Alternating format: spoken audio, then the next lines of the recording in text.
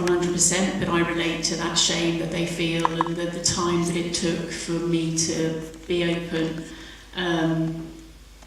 And the stigma and the discrimination that I've experienced just because of a virus in my blood. And that's it. Yeah, I mean, I could sit here probably for about an hour. Yeah, I think the key thing for me, you know, I've made it a career. I've worked in the field for the last 14 years, and with the Sophia Forum, we have a programme called Wise Up, which is about empowering women. It's about informing, educating, inspiring, for them to go out and not live in isolation and not let that stigma keep them in that place of shame. And I remember sitting in prison, and I'll finish on this, I remember sitting in prison not long after my diagnosis and having a woman sitting in front of me who was like 7 years down the line, very similar life experiences in terms of active addiction, diagnosed in prison. And it just gave me this huge sense of hope and that power of having another woman sitting in front of you, or whether it be a woman or a man who's living with that same condition, you know, doing really well. The lady on there that, you know, she received her diagnosis and then she was sent back up to the cell, it just absolutely hit me. I got the diagnosis. I completely disassociated from myself in that moment, and within 10 minutes I was back up in the cell. And so, you know, it's brilliant what you've done, and I wish you every success in the screening of it, I really do.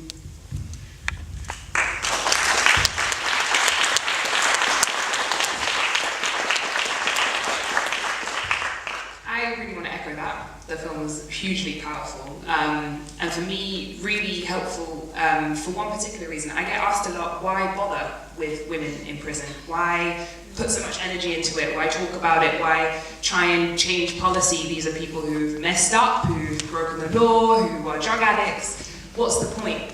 And I think what this film does is it shows you the absolute point, which is the joy, the talent, the beauty that lies within every single woman, frankly in the world, but particularly the women that you featured here, and how important it is that we don't give up on those women, and we don't decide because of a mistake, because of circumstances, because of how they've grown up, been raised, where they're from, have found themselves in this position. So I'm just really grateful to have such a testament to that power, the power within every single one of us, to transform our lives and to still offer something of value. And I think for me, part of what's important about being here is highlighting that this isn't just the situation in San Francisco, but talking a little bit about the situation for women in prison in the UK.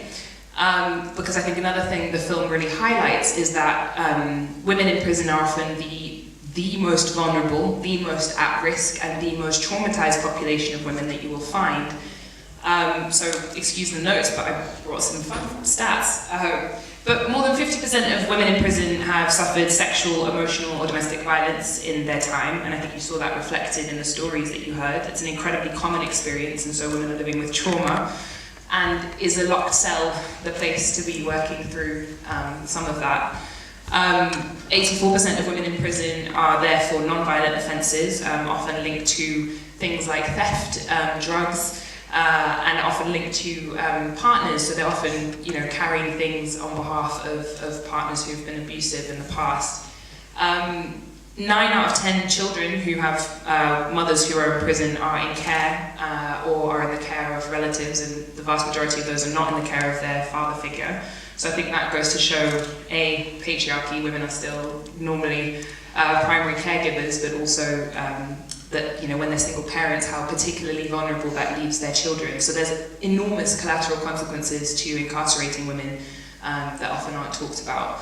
So if you guys are wondering what you can sort of do about this practically going forward, if this has inspired you about the situation of women in prison in the UK, Women in Prison is launching a campaign called 2020 by 2020, and we're trying to halve the women's prison population by 2020. So if you do nothing else when you go home this evening, if you wouldn't mind going to our website, tweet about it, write letters of support to your MPs, particularly people who have political influence. What we really want is to see alternatives to custody so that the women that are the most vulnerable in society get the care and support they need to shine in the way that you just saw.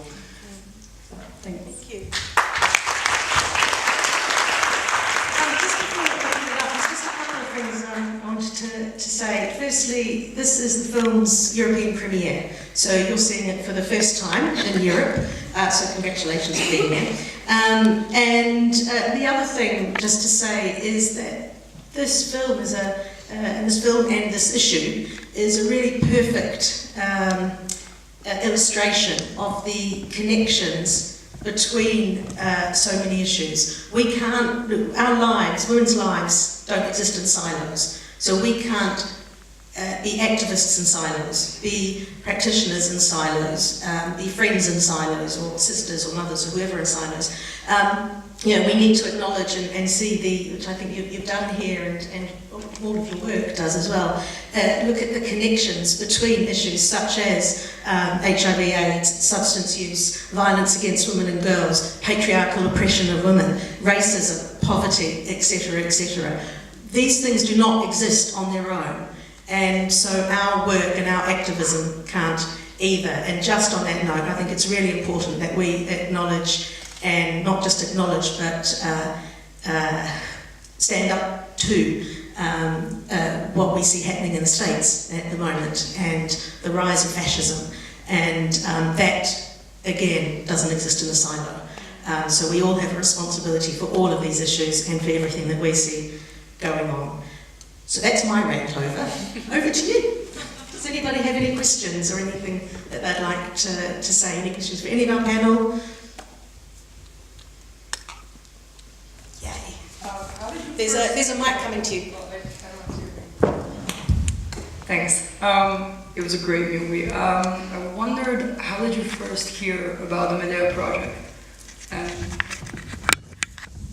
Before this film, I did a documentary on the therapeutic community in American prison, and that was 13 years ago. And I realized it was about the men. It doesn't matter men or women who have been traumatized seriously for a long time. They have difficulty in articulating the emotions and experiences. And expressions, like a creative expressions, like a theater, helps them to grasp their experiences and get their lives back. So I started researching on the expressions, creative arts, in the prison. And I found quite a lot, more than I expected.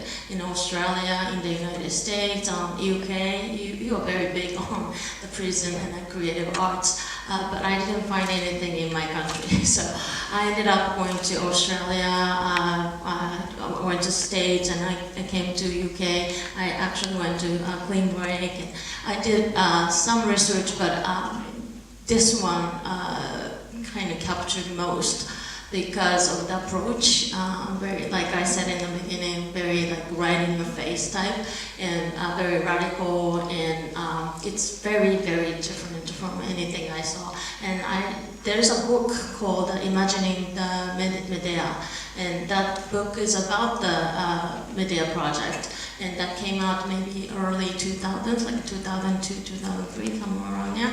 I read it, and then I wrote the email message to Rodessa, to Medea Project, but I didn't expect Rodessa to get me back, but she came back like in a few minutes, like this is like, wow. And she invited me to attend the poetry reading in New York, and that attended in 2006 early, like maybe January, February, somewhere around there. And that poetry reading was held in the Lincoln Center, which is kind of prestige performance place. Everybody was dressed in like a suit and dress and very nice kind of outfit. And there are people on the stage.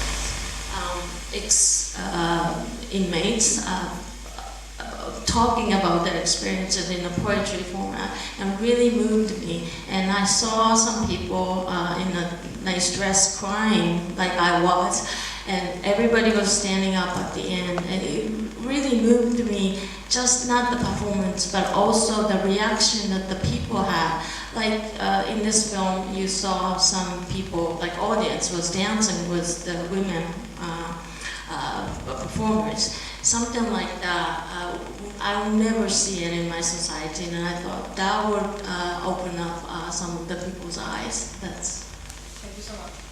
I've just been told that we've got about 5 minutes, unfortunately. Sorry. I think there's a screening, another screening tonight, so the Rio is going to throw us out for other paying customers. But yeah, got one more question.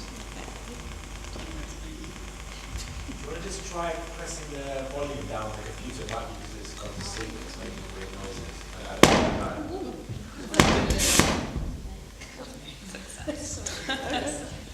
I loved the film. I thought it was great.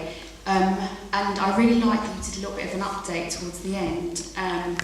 But it also left me wanting to know a little bit more about what's happened since. So is there any plans to do a follow-up? Follow-up of this film? Of those women in particular?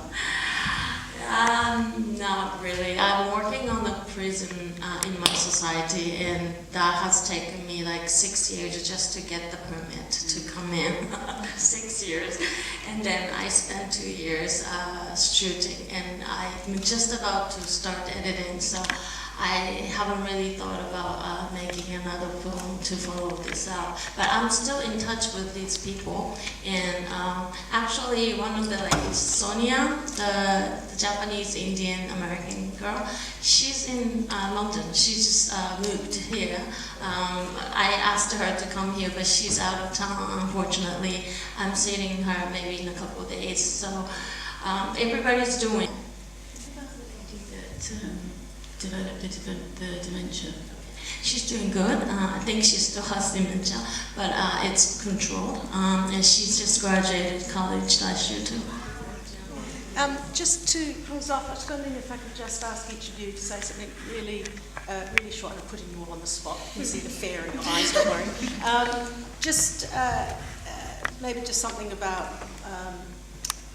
You were talking about what people can do to get involved, or what do you feel is important for people to think, to do, to say, whether or not they have experiences of prison, whether or not they're living with HIV or HIV is living with them.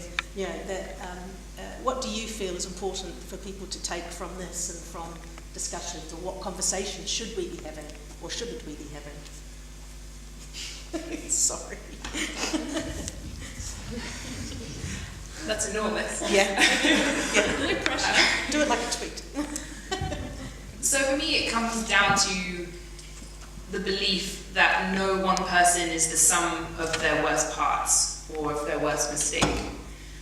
And for me, the lesson of this film and the reason I do the work that I do is because I truly, truly believe no one is worth giving up on, I think. So if there's anything people take away from that, no matter how it inspires you going forward, what campaigns you choose to support, there's something to me about not giving up on people, particularly when they're at the most vulnerable. So I have twin nieces, and one of the and I'm a twin as well. And one of the things that I don't want them to grow up feeling is oppressed in you know, like around their closest people. And I would ask any person in this room if they see any woman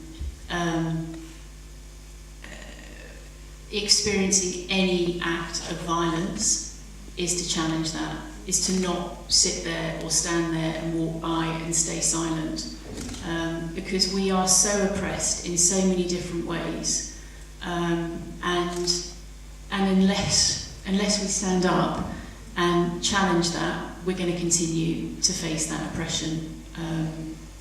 And never judge a book by its cover, because you never know what is going on behind the face. internally. I resonate both of you.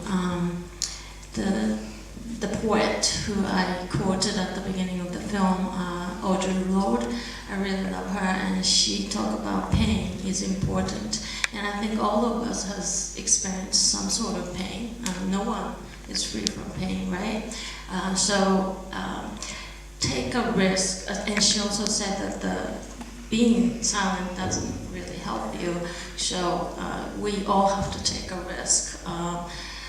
Even what you said or what you do is misunderstood or not the way you want to see happen. You still have to be open up and talk about it. So it may take some time. It might not be happening right now, but I think you have to be open and you really have to believe that speaking up is really important, and pain is important in a way that you can not just dwell on it, but you can use that and flip it. Like those women showed us, they didn't make this theater happen if they didn't have painful experiences that they go through, like Marlene, the Australian woman, says. So I think there's many ways that you can interpret this film, and you can freely use this in a way you like, but I really want you to take a small step of risk, each one of you, and that also included me.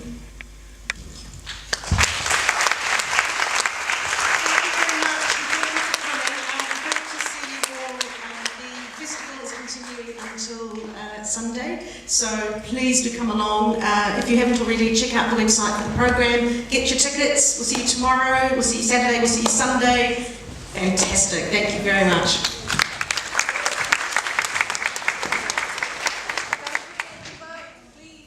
Oh yes.